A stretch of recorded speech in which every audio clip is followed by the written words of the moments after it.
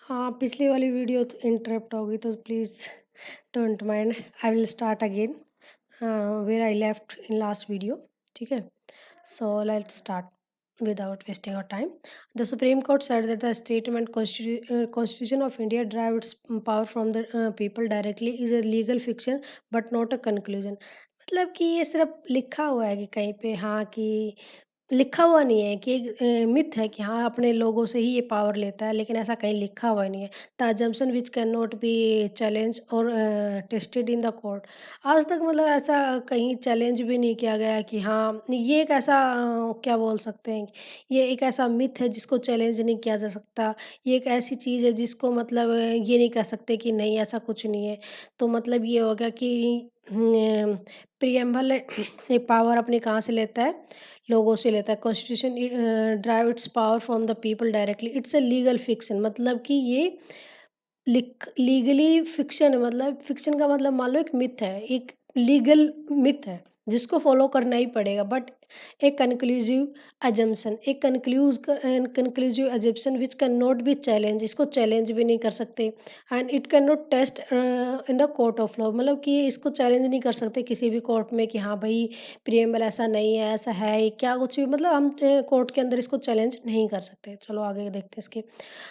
The preamble also contain the enactment clause where it declares when the Constitution of India was enacted and adopted on 26 November 1946। ये तो मैंने उसमें preamble देखा था, उसमें लिखा हुआ है ये कि 2649 1949 को अपना कॉन्स्टिट्यूशन अडॉप्ट हुआ था। तो ये इस चीज़ को भी डिक्लेयर करता है, इसके अंदर ये भी क्लॉज है। मतलब इंपॉर्टेंट चीज़ है कि हाँ भाई हमारा कॉन्स्टिट्यूशन कब डिक्लेयर हुआ था, वो अपने प्रियम्बल में लिखा हुआ है।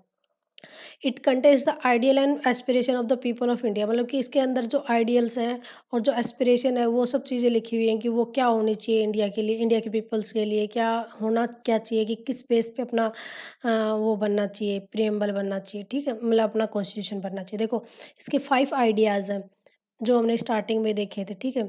Sovereignty, socialist, secular, democracy and Republic. देख रहे हैं ये सॉवरेनिटी हो गया, सोशलिस्ट हो गया, डेमोक्रेसी हो गया, ये सारे वर्ड्स में एक-एक करके सारे अलग-अलग वीडियोज़ में सब एक्सप्लेन करूँगी, आगे देख लेना। अभी बस नॉर्मली इसका ओवरव्यू ले लो। 4 एस्पिरेशन जैसे लिबर्टी हो गई, जस्टिस हो गई, इक्वालिटी हो गई, फ्रेटर्निटी हो गई। ठीक है?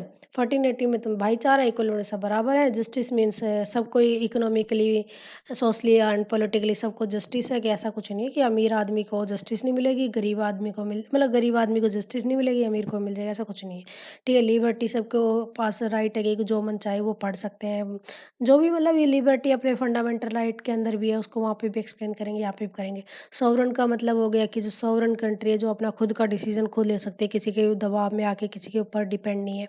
सोशलिस्ट का मतलब यहाँ पे देखो, सेकुलर का मतलब तो पता है कि अपना सारे रिलीजन्स को मतलब कि इक्वली ट्रीट करेंगे। डेमोक्रेटिक गवर्नमेंट, जो इलेक्टेड गवर्नमेंट होनी चाहिए। रिपब्लिक गवर्नमेंट, एक फ़िक्स टाइम के लिए गवर्नमेंट चुनी जानी चाहिए। ऐसा नहीं है कि मोनार्की है या फिर बहुत सारे मतलब इतने सालों से एक ही परिवार राज करते आ रहा है और उस चीज़ का कोई पता ही नहीं है। ठीक है? और एक बार सोशलिस्ट का और दिखाती हूँ। सोशलिस्ट का मतलब होता है कि देखो ये एक बहुत मतलब अच्छा टर्म है जिसके अंदर लिखा हुआ है कि अपने जो प्राइवेट और जो पब्लिक सेक्टर दोनों को मतलब अलाउड किया गया है कि हाँ सबको इक्वल राइट है अपने रिप्रेजेंटेशन इंडिया में दिखाने का। ऐसा कुछ नहीं है कि बस गवर्नमेंट गवर्नमेंट ही दिखाएगी। ठीक है? इसको भी एक्सप्लेन करेंगे आगे। ठीक है? अभी आगे देखते हैं। इस preamble is a part of the constitution. Preamble क्या कॉन्स्टिट्यूशन का पार्ट है? चलो थोड़ा सोच के बताना या फिर पढ़ के देखना। लक्ष्मीकांत में अच्छे से लिखा हुआ है। वैसे मैं आगे एक्सप्लेन करूँगी। Traditionally view was that the preamble was not a part of constitution because even if it is to be dropped the constitution would continue to the function. देखो मतलब कि इनिशियली ऐसा था कि कॉन्स्टिट्यूशन इंडिया वो preamble constitution का part नहीं है। बट अगर इसको हटा देते हैं तो इसके हटाने से कोई फ़र्क नहीं पड़ेगा अपने कॉन्स्टिट्यूशन के अंदर। ये चीज़ भी पता है कि भाई प्रियम्बल नॉर्मली एक इसके पास कोई पावर ही नहीं है, तो फिर इसको हटा देंगे तो क्या फ़र्क पड़ जाएगा। ठीक है? अब आगे देखते हैं क्या है, आगे के उसमें।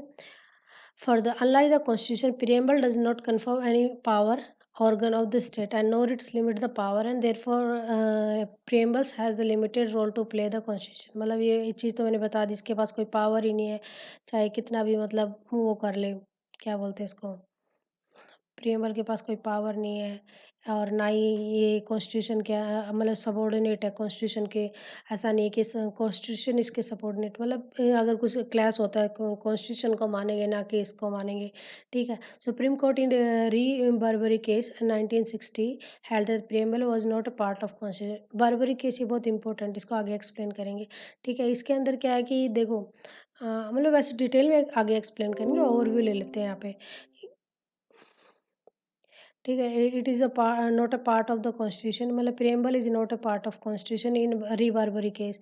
However the modern view is that the preamble is a part of constitution. अभी मॉडर्न व्यू जो आज के टाइम पे क्या है कि प्रियम्बल कॉन्स्टिट्यूशन का पार्ट है, because it is not only if preamble is a part of the constitution only it can be amended suitably and to keep update with the modern day constitution its and its philosophy। मतलब कि अगर ये constitution का part है तभी इसको amend कर सकते हैं, तभी ये अपडेट रह सकता है मॉडर्न डे के अकॉर्डिंग, क्योंकि बहुत सारे अमेंडमेंट होते रहते हैं।